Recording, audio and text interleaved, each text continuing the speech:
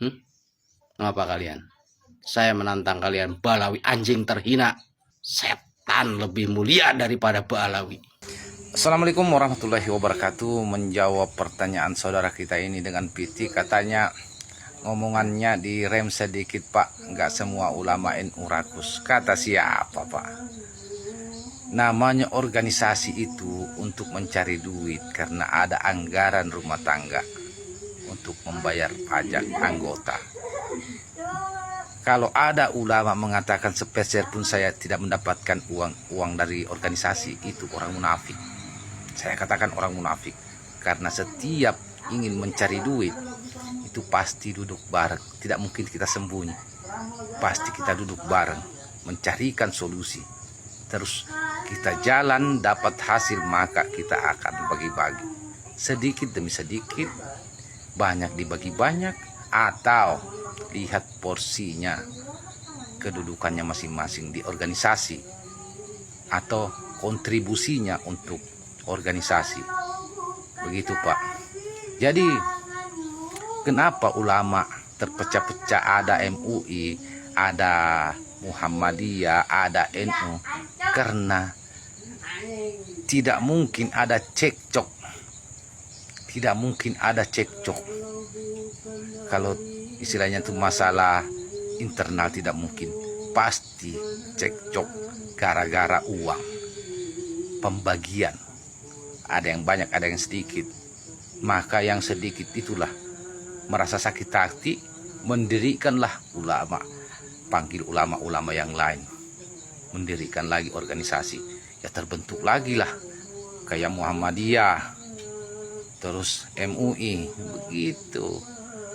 Sudah dapat istilahnya tuh anggaran rumah tangganya dari pemerintah, cari lagi di perusahaan-perusahaan seperti tambang, seperti apalah, intinya dapat penghasilan. Terus bukan 1 juta 2 juta pak, ini ulama elit itu loh. Bukan 100-200. Jadi itu harus kita pahami Pak. Tidak usah organisasi Pak ya. Tidak usah organisasi. Melihat hilal yang kita itu kalau mau puasa itu, kita melihat hilal. Mungkin Bapak tahu kalau orang muslim. Itu Pak anggarannya besar. Kalau melihat hilal itu tidak dibayar, saya berani taruhan. Orang munafik dia itu. Anggarannya besar itu dari pemerintah. Kalau mendustakan omongan saya ini berarti Bapak munafik. Kiai, sebenarnya kita ini ada kesamaan sifat. Sifat apa yang sama, Bib? Kita ini sama-sama menggerogoti NU dari dalam. Menjawab pertanyaan saudari kita ini dengan PT. Katanya ibu ini, yang mana nih siapa saja, jangan dicampur adukan. Jangan dicampur adukan dong. Tidak semua rakus. Saya juga tidak mencampur adukan Bu. Saya tidak menyamaratakan, tetapi saya menyebut di video saya sebelumnya menyebut bahwa NU itu ulama rakus. Karena kenapa? Karena satu ya, Ibu harus memahami. Mendirikan organisasi seperti keagamaan, ini kita harus pahami semua. Kita harus paham semua. Barang siapa tokoh agama kah, apakah mendirikan organisasi itu ujung-ujungnya duit, mencari duit. Kenapa saya bilang begitu? Karena saya banyak organisasi yang saya ikutin.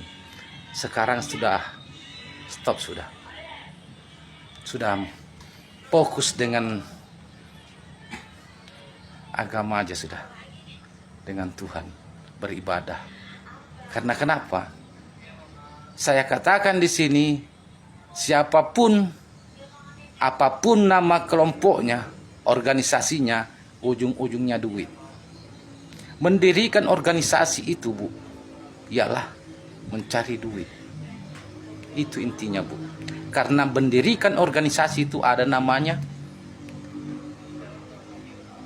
anggaran rumah tangga. Gitu Ibu. Jadi Apabila mana ada ulama mendirikan organisasi, itu ujung-ujungnya duit. Artinya ulama, kalau ada ulama di situ, ulama rakus. Karena dia mengejar dunia, bukan mengejar ridho Allah. Teman-teman, kini kita sudah mendapatkan respon positif dari Presiden. Beliau kini sudah memberikan kode keras pada Baklawi. Stop! Jangan dikasih jabatan di negeri ini, karena berbahaya untuk 20 tahun yang akan datang kalau pemerintah tidak tegas terhadap kaum Baklawi. Hayo Ben, bergeraklah. Jangan diam, rakyat menunggu. Jangan beri ruang buat anjing-anjing Baklawi terkutuk. Itu yang kebetulan lagi hangat diskursus nasab di Indonesia. Dan ini jelas, masalah bangsa. Kemungkinan besar Pak Prabowo telah mengkonfirmasi hal ini kepada Raja Abdul. Tunggu saja nanti kebijakan Bapak Presiden. Baklawi itu sebenarnya kelompok Rohingya versi Indonesia. Maka dari itu, usir dan lenyapkan dari bumi Nusantara pemerintah jangan hanya diam saja. Presiden juga harus menindak tegas kaum Rohingya, jilid 2 itu. Kalau masih dibiarkan, maka jangan salahkan kalau 20 bahkan 30 tahun kemudian Indonesia ini akan menjadi negara komunis liberal dan Islam ortodoks.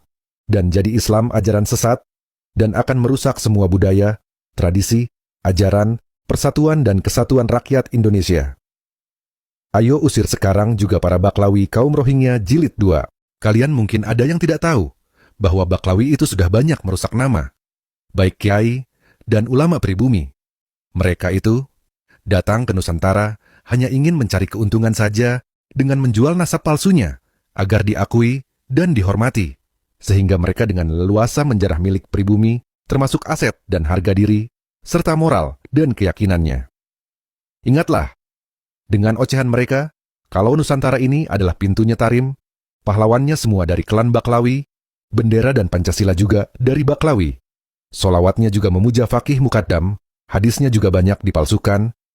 Daerah-daerah seperti Pasuruan juga diklaim milik Baklawi, kuburan para leluhur. Nusantara juga diakui milik Baklawi, Cina Indonesia diperkusi, dan ditindas dengan nama Nusantara. Padahal Nusantara asli keturunan Cina Yunan dan Tibet, bukan anjing Baklawi. Yang bukan orang Arab itu, kalau bicara sok paling hebat padahal bejat dan sampah busuk. Mereka melebihi najisnya seekor anjing. Misalkan si Lutfi bin Asu itu, yang sok paling sakti dan sok pintar sejarah. Padahal penipu busuk. Pokoknya Presiden jangan diam saja. Jangan hanya kode keras saja yang dilontarkan, tapi tindak tegas jangan dibiarkan. Siapa bilang Nusantara tak mampu mengusir anjing Baklawi? Kaum iblis bersorban itu, siapa bilang Nusantara takut pada anjing imigran itu? Nusantara ini diam karena menghargai pemimpinnya. Bukan dungu dan dobol seperti anjing Baklawi itu. Komunis juga dari Baklawi. Antek-antek Belanda juga klan Baklawi. Wali Songo juga diklaim orang Baklawi. Raja dan kerajaan juga diklaim darah Baklawi. Bahkan Gajah Mada, Hayam Wuruk, Raden Wijaya, Prabu Siliwangi, dan semua raja diklaim darah Baklawi. Sampai Nabi Muhammad saja dihina dan dipermainkan oleh mereka dengan memasukkan setan Fakih Mukaddam yang mi'raj sampai 70 kali dalam semalam. Tapi kenapa malah dibiarkan? Malah dibelah oleh kibin-kibinnya. Otak warasnya sudah diracuni oleh Baklawi. Kasihan sekali. Kalau para ulama-ulama ya, tentu adab dan etikanya dijunjung tinggi. Beliau-beliau tidak akan berani berkata-kata dengan nada kasar, tetapi saya berani. Contoh, Kiai Haji Abbas Buntet, Kiai Haji Imaduddin, dan ulama-ulama yang lainnya, Kiai Haji Muharrar dan yang lain-lainnya, ulama-ulama Nusantara asli pribumi, yang ulama-ulama kampung juga. Dan yang terhormat Bapak Presiden Republik Indonesia Prabowo Subianto tidak akan berani berkata-kata kasar terhadap para Baalawi, tetapi saya berani. Baalawi, kaum anjing ternajis, kaum binatang terhina. Anjing, babi lebih mulia daripada kaum Baalawi. Menantang saya. Anjing-anjing binatang terhina Baalawi, tidak tahu malu, parasit benalu, PKI. Komunis yang ada di Indonesia mengeruk harta-harta benda di Indonesia. Mengapa kalian? Saya menantang kalian, Balawi anjing terhina. Setan lebih mulia daripada Balawi.